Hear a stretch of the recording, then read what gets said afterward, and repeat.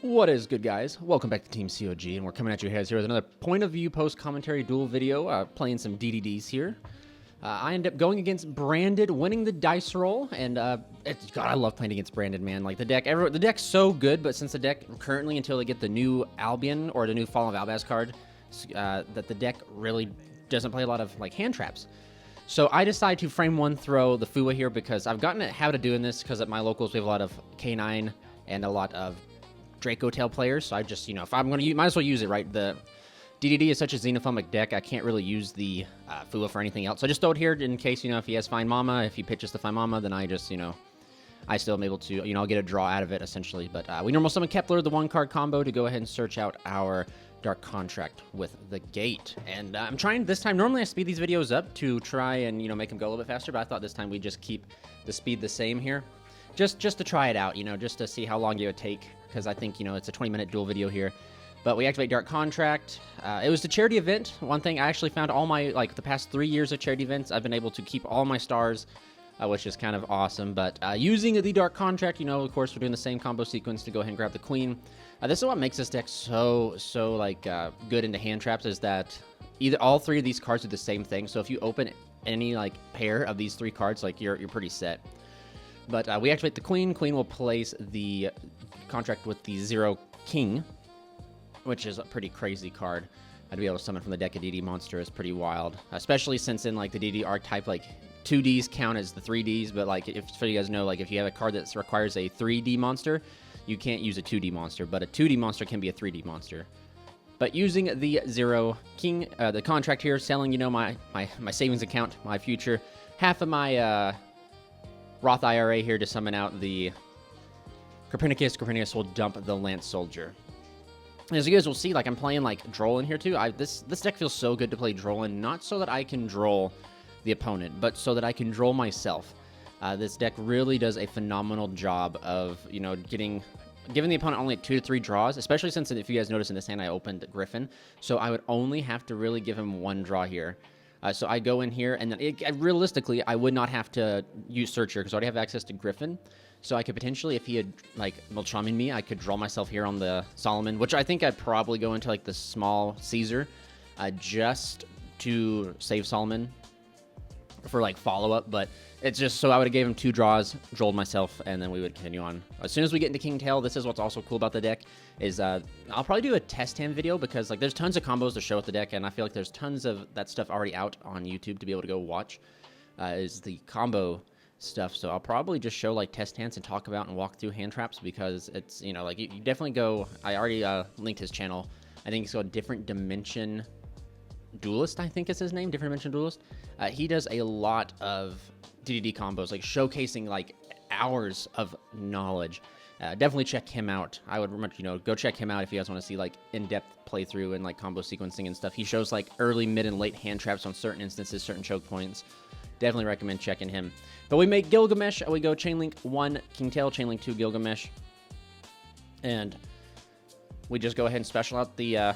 So here's kind of the nib check. Do you have nib or no? Because we're way past 5 summons, but if you're trying to hold it for any other, this is the forcing of the nib. And if we got nibbed here, we're really okay, because we'd be able to still combo through and get to, Zeus, Sky King Zeus, which this card is really awesome as well. We summon out. I know in one of my videos that I recorded, I don't know if it's going to come up before this or after this, but I said, well, Zeus isn't technically a king of old, but I was wait a minute, he's technically the king of the gods of, Greece, so it does work. So we end up using the Orthros, targeting itself and targeting the King Tail to destroy itself. We'll go Chainlink 1 Tail, Chainlink 2 Queen to summon itself, because a DDD or a Dark Contract was destroyed. And this is, I kind of miss having a 3rd card here. I don't really have a 3rd card to send.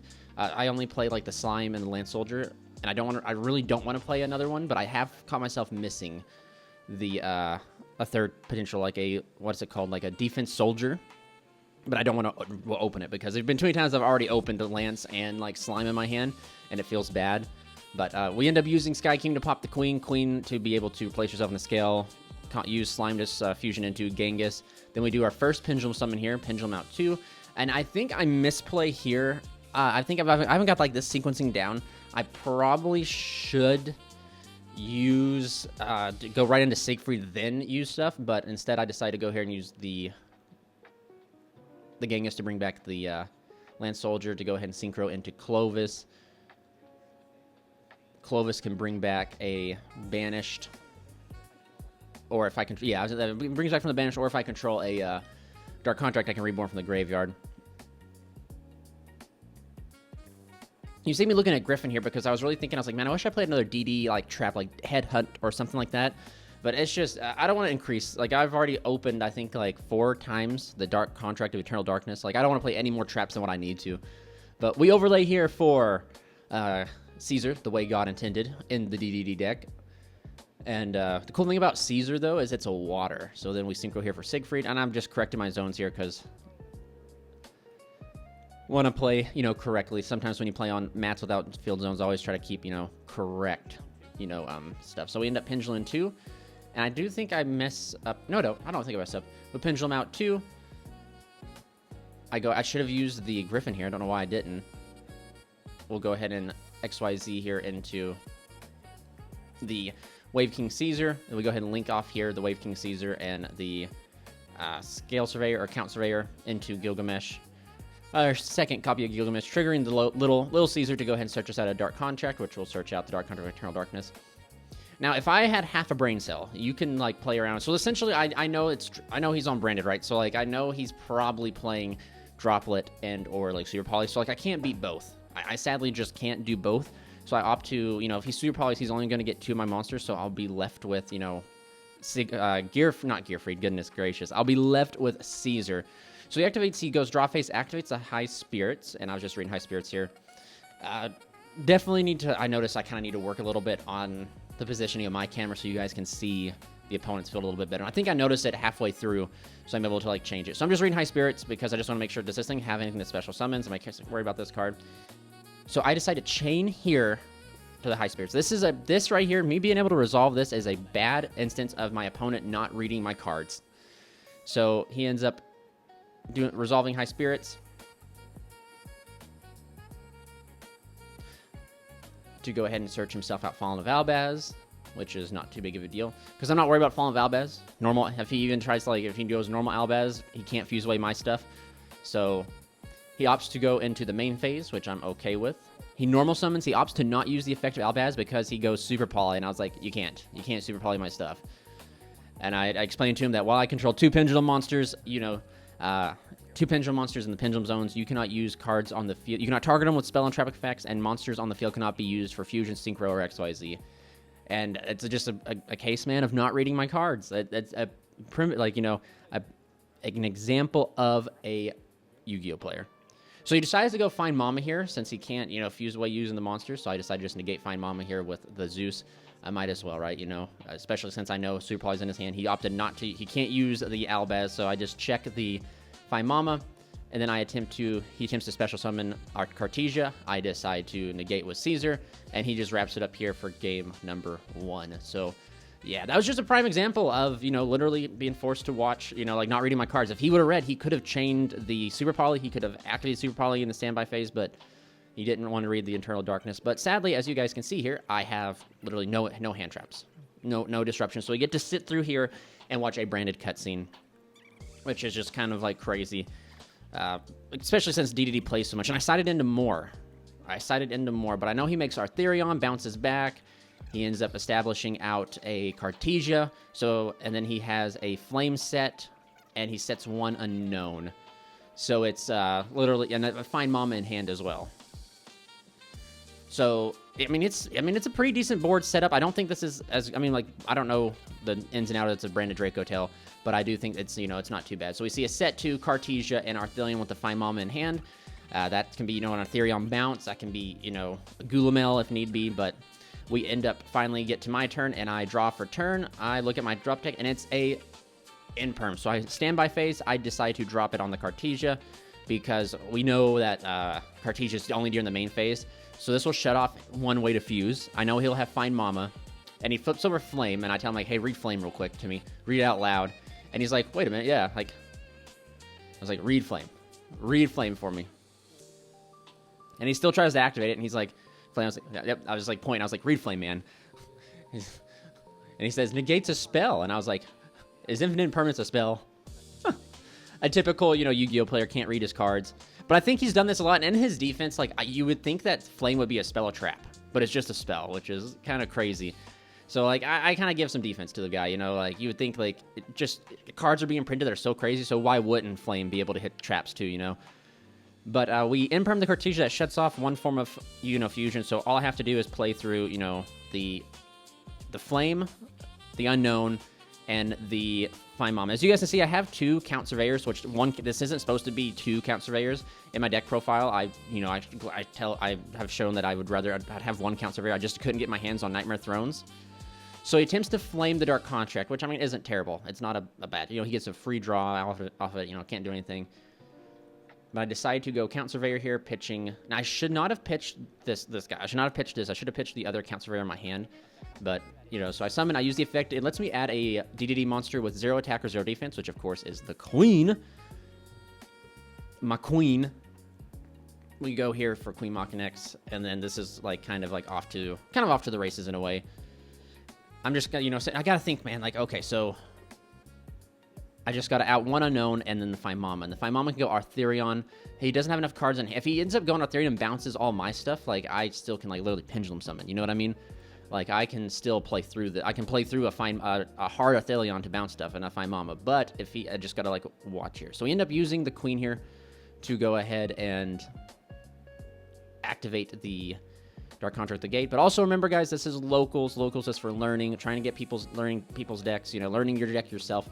So we go the Dark Contract with Zero King to destroy the Queen. The Queen will bring out Copernicus. Very similar to the combo sequence in the first, I was contemplating doing Kepler, but I do Copernicus here because I could, because I was like, I could get Kepler, normal summon Kepler, search out the Eternal Darkness, but I sided out the Eternal Darkness. I was lucky enough to remember that when I was going through my deck, so I decided to go Copernicus. Copernicus will dump out the Lance Soldier, which is a pretty good dump if you ask me. But this is something, a huge misplay on him, and I don't think he sees it at this moment. But you guys will see here in a second. He's holding a Bestial, and he could have just Bestialed away my... So I go ahead and activate the Ragnarok in scale. I go ahead and use Effect of Land Soldier to destroy... See, he should have Bestialed here, but he doesn't. And this costs him pretty big here. So since I destroyed Dark Contract, I'm able to trigger the Queen in the graveyard, in the extra deck. I'm like, so affect a Queen. Since Dark Contract or DDD was destroyed, she could summon herself and non-targeting destroy a card. And I was like, that's all one effect. So I was like, if you have a response, because if you don't have a response, you know what I mean? Like, you're going to lose that set card, because that's what I'm going after, is the set card. And then since I special something, so I'm just constructing Chainlinks. So Chainlink 1, the Queen, Chainlink 2, Ragnarok, summon, destroys the set and its droplets, which is a good hit. Bring back out the Scale Surveyor, and here's where I asked him, anything here, man? And I was like, I'm going to boost the scale to 4. So essentially, he can't bounce. I mean, if he wanted to, he could bounce quite a few. So I'm asking, anything. He decides to find Mama here. I cannot stop Find Mama, but this is, you'll see it. Maybe you'll see it here. See, this is like a good angle. I was finally able to get or adjust the camera. So he sends Lucius. That's a Bestial. And he fuses off his own Arthurion, so he goes 3, 3, 2, 1. And I was like, yeah, sure. Go ahead. What's your...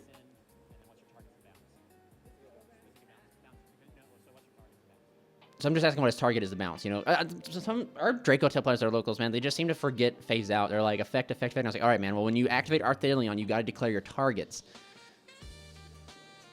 So he decides to bounce back one of mine and one of his, which of course I'm fine with. He could bounce back 2.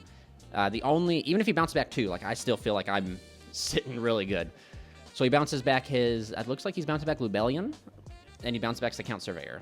And I was like, okay, so that's just to confirm these are your targets. And he's like, yep, so he gets to set the Horn, and he gets to send, I think, Retribution. And then he can, banish Retribution, I think, to add back I don't even know what he has, like, and as far as, like, branded cards in his graveyard. Or maybe he just sends Retribution. Yeah, so he sends Retribution, I guess, to just get into rotation, which isn't, like, a terrible, idea. But, so I'm like, okay, so this is what's happening. So your set Horn, send Retribution, bounce back the Scale Surveyor. Or the Count Surveyor. He's the Count, the Scale's the ruler. I decided to go use the effect of Land Soldier to increase his level by 2.